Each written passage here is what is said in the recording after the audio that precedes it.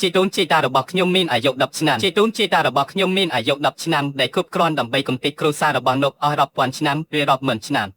ក្មេងទូចនិយាយបានត្រឹមត្រូវ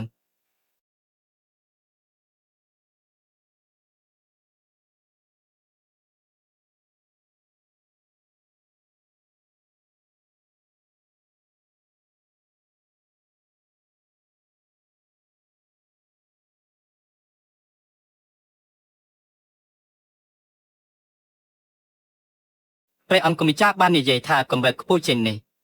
លាក់បាំងរូបរាងបង្កើតលទ្ធផល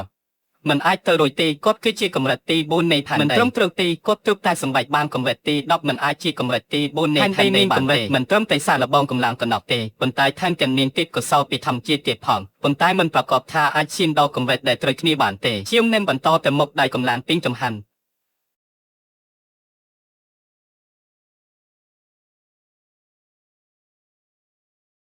គ្មានអ្វីអាចបញ្ឈប់ខ្ញុំបានទេ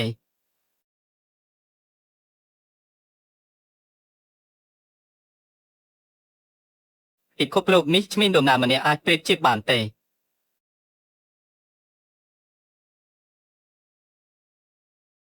ពាក្យសម្ដីរបស់ជីដូនជីតាគឺដូចជាប្រជាអធិរាជដែលធ្វើឲ្យមនុស្សជីដូនជីតាបានសម្រេចកម្រិតទី10យ៉ាងងាយស្រួលក្នុងការកំទេចគ្រួសារតើអ្នកណាអាចធ្វើរឿងនេះបានខ្ញុំរងចាំជីដូនជីតាបង្ហាញខ្លួនខ្ញុំនឹងគោរពតាមការសម្រេចចិត្តដ៏ជ្រាលជ្រៅបំផុតក្នុងជីវិតរបស់ខ្ញុំ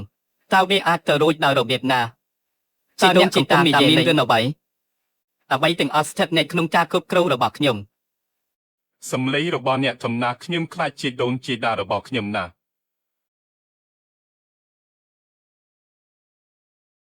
ក្នុងពិភពលោកនេះគ្មាននរណាម្នាក់អាចប្រៀបធៀបជាមួយខ្ញុំបានទេ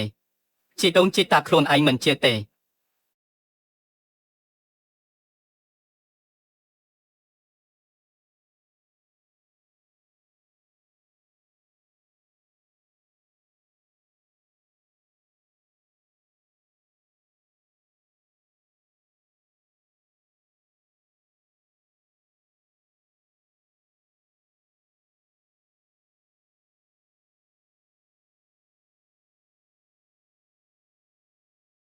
ជីដូនជីតាបានតាមទាន់ហើយជីដូនជីតារបស់ខ្ញុំបានឡើងដល់កម្រិតខ្ពស់បំផុតគួរឲ្យស្អប់ខ្ទមណាស់ជីដូនជីតាបានទំនុកកម្រិតទី4យីមើលទៅពិតជាល្អណាស់